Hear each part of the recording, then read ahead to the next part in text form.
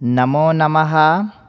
षष्ठीकक्षायाः संस्कृतविषयस्य कक्षायां सर्वेषां स्वागतम् अस्ति। बच्चों, अभी तक हमने 3 पाठ अच्छे से समझ चुके हैं। उसके अलावा व्याकरण में हमने ती तह अंति सी थह था आमी आवह आमह मतलब लट लकार का हमने अध्ययन किया है और फिर हमने वर्णमाला का अध्ययन किया था। तो वर्णमाला को अभी थोड़ा सा हम रोकते हुए चतुर्थः पाठः जिसका नाम है विद्यालयः, क्या नाम है 4th चैप्टर का? विद्यालय। उसके बारे में हम थोड़ी चर्चा करेंगे कि विद्यालय जो पाठ है उसको पढ़ने से पहले हमें किन किन चीज़ों का नॉलेज होना चाहिए, किन किन बातों का ज्ञान होना चाहिए। तो बच्चों, हमने बात की थी सर्वनाम शब्दों की, है ना। प्रथम पाठ में हमने पुल्लिंग पढ़ा, है ना, अकारांत पुल्लिंग। द्वितीय पाठ में स्त्रीलिंग पढ़ा। तृतीय पाठ में हमने नपुंसक लिंग पढ़ा। और इन पाठ के साथ साथ हमने सर्वनाम शब्दों को भी पढ़ा था।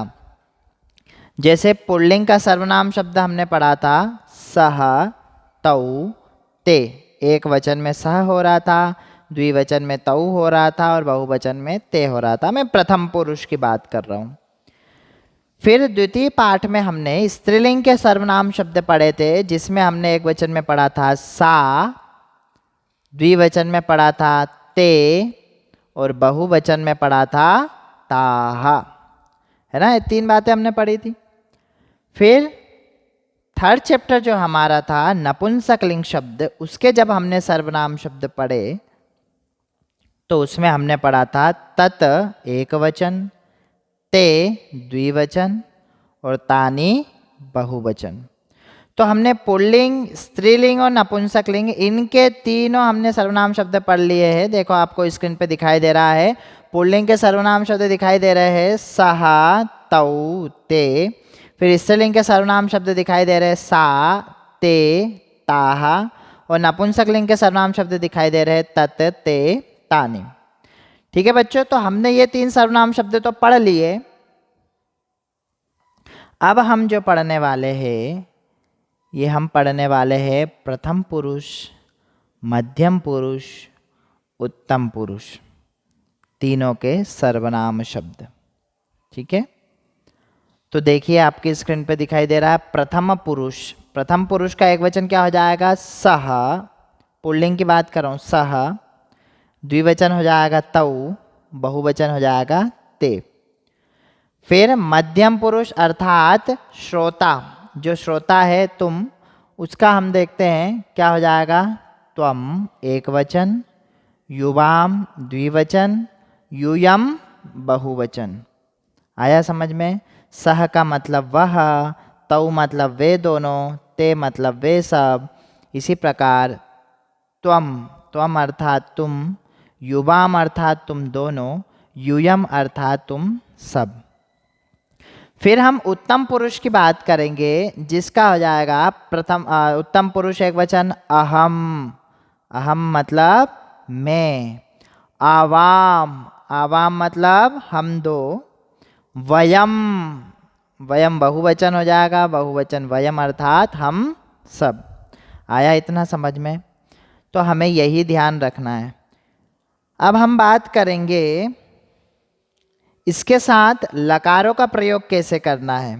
तो देखिए हम स्क्रीन में, आपकी स्क्रीन पे दिखाई दे रहा है पठती, पठतः, पठन्ति, ये हो गया प्रथम पुरुष के तीनों वचन। फिर पठसी, पठथः, पठत, ये हो गया मध्यम पुरुष के तीनों वचन। और फिर उत्तम पुरुष का जाएगा पठामी, पठावह और पठामह। आया समझ में क्या करना आप लोगों को? पठती, पठतः, पठन्ति, है ना।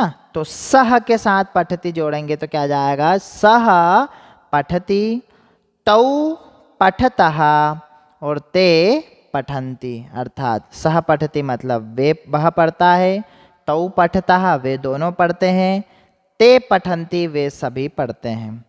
फिर मध्यम पुरुष की बात, त्वम पठसी अर्थात तुम पढ़ते हो, युवाम पठतः अर्थात तुम दोनों पढ़ते हो, यूयम पठत अर्थात तुम सभी पढ़ते हो। फिर उत्तम पुरुष अहम पठामि। उत्तम पुरुष के एक वचन के साथ उत्तम पुरुष का एक वचन, प्रथम पुरुष के एक वचन द्विवचन के साथ प्रथम पुरुष का एक द्विवचन, है ना। तो अहम पठामि, मैं पढ़ता हूँ। आवाम पठावह, हम दोनों पढ़ते हैं। वयम पठामः, अर्थात हम सब पढ़ते हैं। आया समझ में? तो ये आप लोगों को करना है।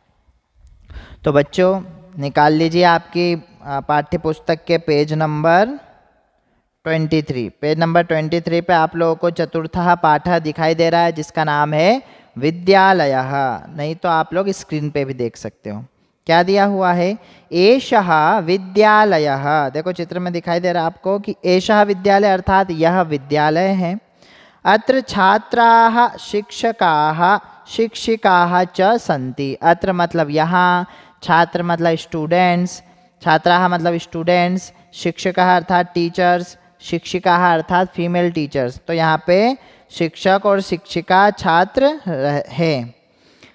फिर देखो अगला, एषा संगणक यंत्र प्रयोगशाला अस्ति। यह क्या है? कंप्यूटर लैब है। एषा अर्थात यह, संगणक यंत्र प्रयोगशाला। देखो यहाँ पर विद्यालय था इसलिए एषः लगा, फिर शाला, आ की मात्रा आ रही है मतलब स्त्रीलिंग शब्द है, तो यहाँ पे क्या आ जाएगा? एषा संगणक यंत्र प्रयोगशाला अस्ति, मतलब ये कंप्यूटर लैब है।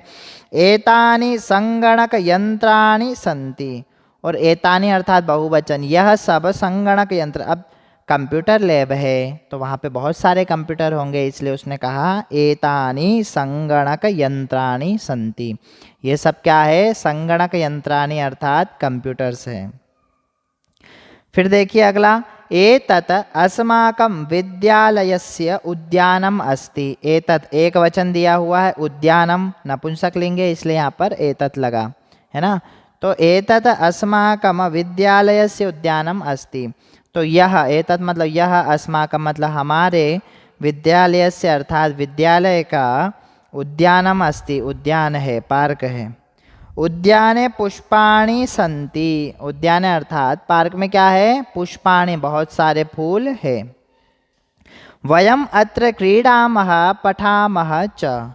वयम अर्थात हम सभी, अत्र मतलब यहाँ, पठामि क्रीडामः अर्थात खेलते हैं, और पठामः अर्थात पढ़ते हैं। खेलते भी है और यहाँ पर पढ़ते भी है। आया समझ में आप लोगों को?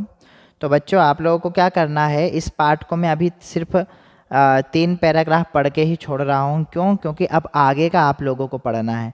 तो इस पाठ को पढ़ने से पहले आप लोग क्या याद होना चाहिए? ये स्क्रीन पे आप लोगों को सर्वनाम शब्द याद होने चाहिए, लकार याद होने चाहिए, ती तह अंति, सी तह थह थ, आमी आवह आमह। इतना आप लोगों को याद करना है। इसके बाद आप स्वयं ही इसका ट्रांसलेट करने लगेंगे, है ना, इसका हिंदी अर्थ करने लगेंगे। तो आप लोगों को क्या याद करना है? सह तौ ते प्रथम पुरुष के तीनों वचन हो जाएंगे। त्वम युवाम यूयम मध्यम पुरुष हो जाएगा। अहम आवाम वयम ये हो जाएगा आपका उत्तम पुरुष। फिर पठती पठतः पठन्ति, ये तो मैंने पठ धातु चलाई। आपको क्या याद करना है? ती तह अंति, है ना। ती तह अंति जब आप याद करोगे तो आपने पठ धातु लगाई तो क्या हो जाएगा? पठती पठतः पठन्ति। लिख धातु लगाई तो लिखती लिखतः लिखन्ति। चल धातु चलाई तो चलती चलतः चलन्ति। पश्य, हाँ, दृश्य धातु लगाई तो क्या हो जाएगा? पश्यति पश्यतः पश्यन्ति। तो एवं, ऐसे ही आप जितनी धातु लगाओगे उसमें सिर्फ प्रत्यय जोड़ना है और आपका पूरी क्रिया कंप्लीट हो जाएगी, है ना। तो अभ्यास कीजिएगा। क्या याद करना आप लोगों को? सर्वनाम शब्द याद करना है। उसके अलावा लट लकार के सारे प्रत्यय आप लोगों को याद करने हैं। ये आप लोगों के लिए होमवर्क रहेगा। और आपको डेली अब क्या करना है? अपनी रीडिंग और राइटिंग सुधारना है। आप लोगों को अभी मैंने जो 2 श्लोक दिए थे ना, ऐसे एक श्लोक आपको अपने घर पे परिवार के सदस्य से कोई श्लोक पूछना, वो श्लोक आप नेट पे भी सर्च कर सकते हो या फिर मैं भी आप लोगों को प्रोवाइड कर सकता हूँ। उसे आपको क्या करना है? लिखना है। मैंने हमेशा आपसे कहा है कि आपको संस्कृत श्लोक लिख लिख कर ही याद करना है, क्योंकि लिखोगे तो आपको उसकी अशुद्धि पता चलेगी कि उसमें गलती कहाँ हो रही है। जैसे गुरुर ब्रह्मा, तो र की रेप कहाँ पे आएगी, है ना? ब्रह्मा में कौन सा वाला ब्र बनेगा, है ना, र जो है रिकार ऋषि की मात्रा लगेगी या र लगेगा, ये सारा ज्ञान आप लोगों को लेखन कार्य से हो जाएगा। तो क्या ध्यान रखना है आप लोगों को, यही ध्यान रखना है कि इस पाठ को पढ़ने से पहले आप लोगों को क्या क्या अभ्यास करना है ना, और इसके बाद आप अगले जो पैराग्राफ पढ़ेंगे तो आपको उसका अर्थ आसानी से समझ आ जाएगा। तब तक के लिए धन्यवाद।